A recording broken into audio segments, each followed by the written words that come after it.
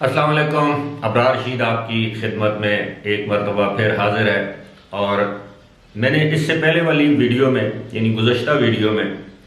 मैंने आपको एक अच्छी खबर दी थी कि पाकिस्तान के वज़ीर ख़ारजा शाह महमूद कुरैशी 2 रोज़ा दौरे पर दुबई या यूएई रवाना नहीं हुए बल्कि अब पहुंच चुके हैं और वहाँ उनकी मुलाकातों का सिलसिला भी शुरू हो चुका है। मैंने उस वीडियो में आपको ये भी बताया था कि इन मुलाकातों में खित्ते की सूरत हाल, बाहमी दोनों मुल्कों के बाहमी ताल्लुकात से बढ़कर सबसे ज़्यादा जिस इशू पर, जिस मामले पर बातचीत होगी वो पाकिस्तानियों पर वीज़े की पाबंदी है। आपको मालूम है कि इस तरह के जो दौरे होते हैं वो अचानक नहीं होते, उनके लिए बड़े मामला तय करने पड़ते हैं, मुलाकातें तय करनी पड़ती हैं, उसके बाद ये दौरे किए जाते हैं। यानी ज़ाहिर है शाह महमूद कुरैशी के जाने से पहले बहुत सी मुलाकातें तय होंगी। अब मैं आपको ये बताने की कोशिश करूँगा कि अगर यूएई ने पाकिस्तानियों पर दीगर 12 ममालिक या 13 ममालिक के शहरियों समेत अगर वीज़े की पाबंदी लगाई थी तो पाकिस्तानियों पर यह पाबंदी क्यों लगाई गई? क्योंकि पाकिस्तान तो ख़ुद को यूएई का दोस्त और यूएई को पाकिस्तान का दोस्त बरादर इस्लामी मुल्क समझता है, लेकिन ऐसा हुआ नहीं। इसकी मैं मुख्तसरन, बहुत लंबी बहस इस मौजू पर की जा सकती है, लेकिन मुख्तसरन मैं आपको ये बताऊंगा कि आप सब लोगों को मालूम है कि 3-4 महीने से कुछ इस तरह की डेवलपमेंट्स हो रही हैं खित्ते में, बल्कि आप ये समझ लें कि 2019 से कि पाकिस्तान ने एक लिहाज से अपना जोर जो है ये अपनी हमायत तुर्की, ईरान, मलेशिया वगैरह और कतर के पलड़े में डाली या डालने की कोशिश की, जिस पर हमारे अरब यानी सऊदी अरब और यूएई के दोस्त नाराज़ हो गए और इस नाराज़गी का इजहार भी उन्होंने एक से ज़्यादा मरतबा किया। और गुज़श्ता अगस्त में जब शाह महमूद कुरैशी ने सऊदी अरब के हवाले से या ओआईसी के हवाले से एक बयान दिया तो ये इन ममालिक की नाराज़गी अपनी तमाम हदों को पार कर गई और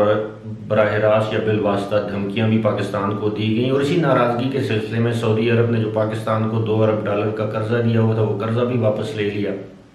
अब पाकिस्तान की मदद चीन ने की, पाकिस्तान ने जो $2 अरब का कर्जा था वो सऊदी अरब को दे दिया। उसके बाद आर्मी टू आर्मी ताल्लुकात जो है वो ख़राब होने शुरू हो गए और इसके जवाब में सऊदी अरब ने भारतीय आर्मी चीफ को वहाँ पर बुला लिया। ये सारी डेवलपमेंट, उससे पहले भारतीय वज़ीर ख़ारजा ने यूएई का दौरा किया, इस सारी चीज़ें मैं पहली वीडियोज़ में भी जिक्र कर चुका हूँ। लेकिन असल सूरत हाल ये है कि पाकिस्तान ने तो कर्जा वापस कर दिया, लेकिन उसके बाद सऊदी अरब के अंदर बेचैनी पाई जाने लगी वहाँ की अफवाज में, वहाँ के अवाम में, कि पाकिस्तानी अफवाज 50-60 सालों से सऊदी अरब की हिफाजत कर रही हैं, वहाँ की सरहदों की हिफाजत कर रही हैं, वहाँ के मुक़द्दस मकामात की हिफाजत कर रही हैं, वहाँ के शाही ख़ानदान की हिफाजत कर रही हैं। और ऐन मौके पर ऐसे वक्त में पाकिस्तानी अफवाज को इसके साथ इस तरह का सलूक करना, इसको सऊदी फ़ौज के अंदर इसको अच्छी निगाह से नहीं देखा गया, इसको सऊदी अवाम के अंदर अच्छी निगाह से नहीं देखा गया। लेकिन उसके बाद गुज़श्ता 3-4 दिनों में कुछ इस तरह की डेवलपमेंट्स हुई हैं। आपको इस हवाले से भी बताऊँगा कि जब ईरानी एटमी साइंसदान को इसराइली इंटेलिजेंस एजेंसीज ने तेहरान के करीब कातलाना हमले में मार दिया तो उसके बाद ईरान ने भी एक बदला ले लिया। ईरान ने भी इंटेलिजेंस यानी इसराइली इंटेलिजेंस मोसाद के एक आला ओहदेदार या अफसर को जहन्नम रसीद कर दिया।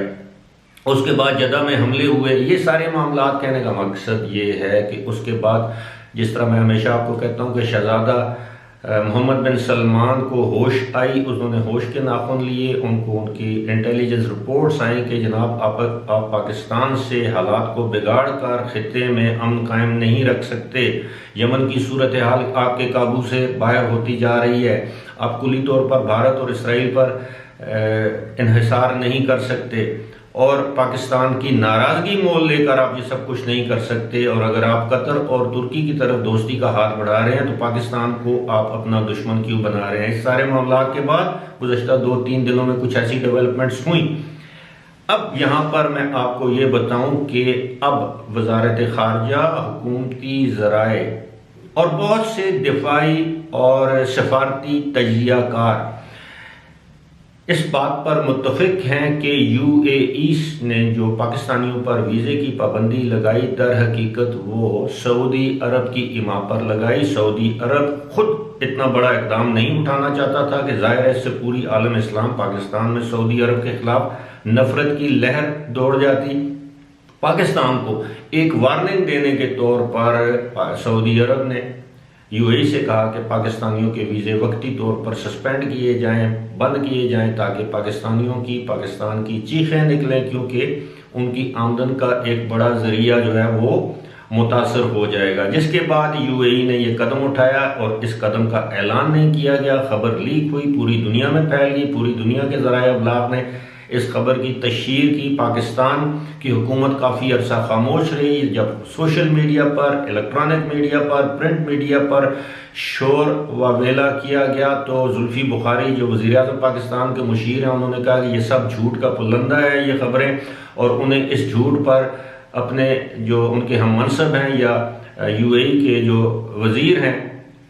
इंसानी वसाइल के, उनसे माजरत करना पड़ी। अब सूरत हाल ये है कि अब शाह महमूद कुरैशी वहाँ का दौरा कर रहे हैं। अब मैं जो आपको असल सूरत हाल वो ये है कि लगता ऐसे है कि अब पाकिस्तान को सऊदी अरब और यूएई और दीगर ममालिक की जानब से कुछ श्योरिटीज़ दी गई हैं, कुछ श्योरिटीज़ फराहम की गई हैं कि अगर पाकिस्तान इसराइल के साथ अपने ताल्लुकात उस्तवार करे, अच्छे रखे, तो पाकिस्तान के फ़ायदे ही फ़ायदे हैं, यानी पाकिस्तान के लिए सत्ते खैरा है। इस हवाले से ये भी कहा जा रहा है कि पाकिस्तान तुर्की के साथ अगर मिलकर जो है वो कोई ब्लॉक बनाना चाहता है या इसराइल की मुखालफत में आगे जाना चाहता है, तो तुर्की ने तो 1949 में इसराइल को तस्लीम किया था और यह हकीकत भी है। और फिर दूसरी बात यह भी है कि पाकिस्तान के तुर्की के साथ अब दिफाई मुआहदे भी हो रहे हैं। पाकिस्तान तुर्की को नहीं छोड़ सकता, लेकिन पाकिस्तान अपना न्यूट्रल जिसे कहते हैं, आप ये समझ लें कि पाकिस्तान अपना गैर जानबदाराना एक किरदार अदा करना चाहता है खिते में, लेकिन ये गैर जानबदाराना किरदार जो है वो सऊदी अरब को और यूएई को सूट नहीं करता या उनको हजम नहीं हो पा रहा। अब यही तो मौका है, ऐसे ही मौके पर किसी भी मुल्क के सफारतकारों की या डिप्लोमेट्स की सफारतकारी या डिप्लोमेसी काम आती है। ऐसे मौके पर अब हमें ऐसे इकदाम उठाने चाहिए कि एक तरफ हम ईरान को नाराज़ ना करें, ईरान के साथ दुश्मनी मोल ना लें, क्योंकि Iran is our next door neighbour, हमारे पड़ोस में और इस्लामी मुल्क है हमारे पड़ोस में। अगरचे पाकिस्तान के तल्लुकात ईरान के साथ भी मिसाली नहीं है, लेकिन दूसरी जानब अब हमें सऊदी अरब को भी अपनी मुखासमत पर नहीं ले आना चाहिए, यानी पाकिस्तान की दुश्मनी या पाकिस्तान की मुखालफत में इस हद तक आगे नहीं ले जाना चाहिए कि दोनों ममालिक के दरमियान ताल्लुकात इस नहज पर कशीदा हो जाएं कि सऊदी अरब और यूएई मजबूर हो जाएं कि वो पाकिस्तानियों को वहाँ से निकाल दें या पाकिस्तानियों के लिए वहाँ पर अरसा हयात या ज़िंदगी मुश्किल कर दें या तंग कर दें। उम्मीद है आप सारी बात समझ गए होंगे कि पाकिस्तान पर यूएई की जानब से वीज़ों की जो पाबंदी है, अब तमाम लोग इस पर, कम से कम पाकिस्तान में तमाम लोग इस पर मुत्तफिक हैं कि इसके पीछे मोहम्मद बिन सलमान यानी सऊदी वली-अहद मोहम्मद बिन सलमान की सोच थी, जिससे शाह फरमान मुत्तफिक नहीं थे। इसी के साथ मुझे दीजिए इजाज़त। खुदा हाफिज़।